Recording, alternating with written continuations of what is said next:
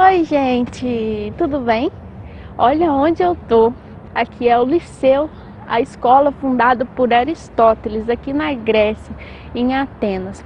Aqui, como vocês podem ver, tem só as ruínas do que um dia foi uma grande escola.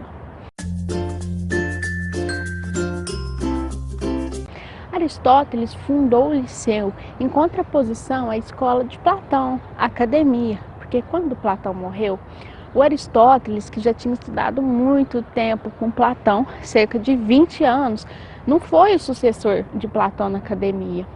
E também Aristóteles discordava de várias coisas do seu mestre, de várias teorias. Aristóteles é a base de várias áreas do conhecimento. Porque Aristóteles não falou só sobre filosofia, apesar dele ser conhecido como um grande filósofo. Ele falou sobre tudo.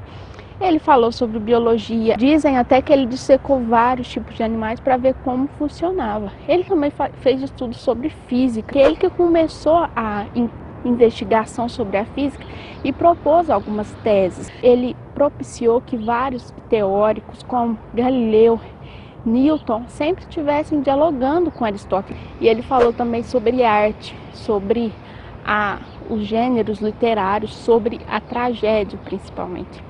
Na obra A Poética, ele vai analisar por que o grego assistia à tragédia, o que acontecia com o grego, o que acontecia com as emoções. E ele também vai falar sobre ética, ele vai falar sobre política. A ética é muito importante para o Aristóteles, porque é a primeira ética que a gente conhece, uma ética que é fundada a explicar, a tentar buscar a resposta para o que é o bem, como a gente deve agir. E qual que é a finalidade de toda a ação humana, que é a felicidade. E ele também vai definir a felicidade, que a virtude e a felicidade é a mediania entre os opostos. Não dá para ser feliz nos extremos. Mas hoje eu vou me deter apenas ao ponto que o Aristóteles discordava de Platão, o ponto do conhecimento.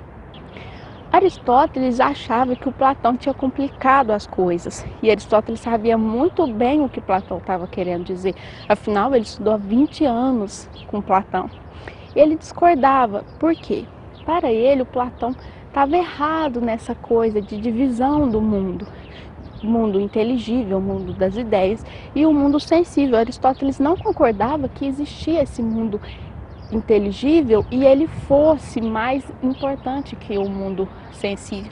Para Aristóteles, os nossos sentidos e a nossa experiência é fundamental. Só assim que a gente pode conhecer as coisas. Não tem essa ideia de coisa inata, ideias inatas que vêm com a gente e que a gente olha para um cavalo e porque a gente tem uma ideia inata na nossa cabeça de cavalo, a gente reconhece todos os cavalos. Para Aristóteles não era assim. Você vai e ensina para uma criança que o cavalo é a ovelha, ela não tem uma ideia de cavalo correta. Só depois da experiência, depois que você falar para ela e for mostrando para ela, olha, cavalo, ovelha, ela vai criar essa diferenciação. Não é que a ideia está sempre lá inata e aí a pessoa raciocina e chega num ponto que descobre que a ideia sempre esteve lá. Para o Aristóteles, só a experiência é capaz de te dar conhecimento, só a matéria. Por exemplo, você não sabe que o fogo é quente sem tocá-lo. Você só sabe que ele queima depois que você toca. E aí você cria a experiência daquilo e você sabe que aquilo queima. Você não sabe de maneira inata que o fogo é quente, que se você pôr a mão aí que você vai queimar. Então, essa história de ideia inata para o Aristóteles é balela. Como que ele explica o conhecimento? Para ele, o conhecimento você só pode conhecer depois que você conhecer 4 causas. As 4 causas de tudo que existe. Então, primeira causa, material, formal, eficiente ou motora e a final.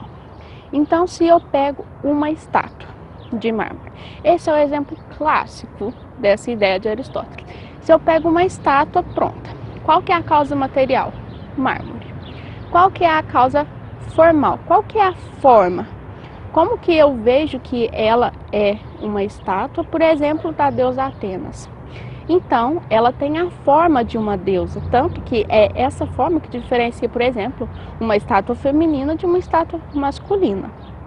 E a causa eficiente ou motor é quem fez. Qual que é o trabalho? Esculpir pedra foi feita por um artesão.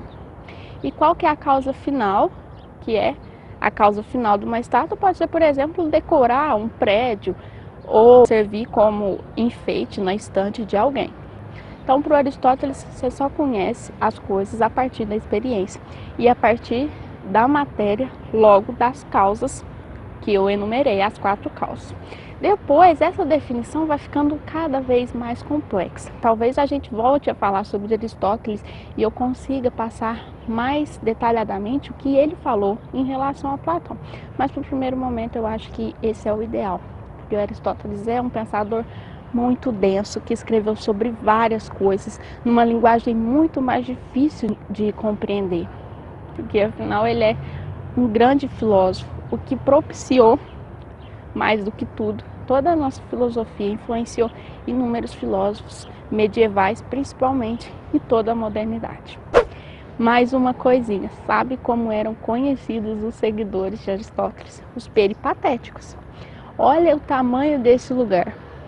Os seguidores de Aristóteles eles filosofavam andando, conversando e andando. Então, eles são chamados de peripatéticos, que em grego significa caminhantes, filósofos caminhantes. Espero que você tenha gostado desse comentário, dessa breve fala sobre Aristóteles, que você tenha gostado desse lugar que eu estou gravando esse vídeo. Se você quiser saber mais sobre esse lugar e sobre também essa viagem, sobre a Grécia, Atenas, me siga no Instagram e olha nos destaques. Tchau!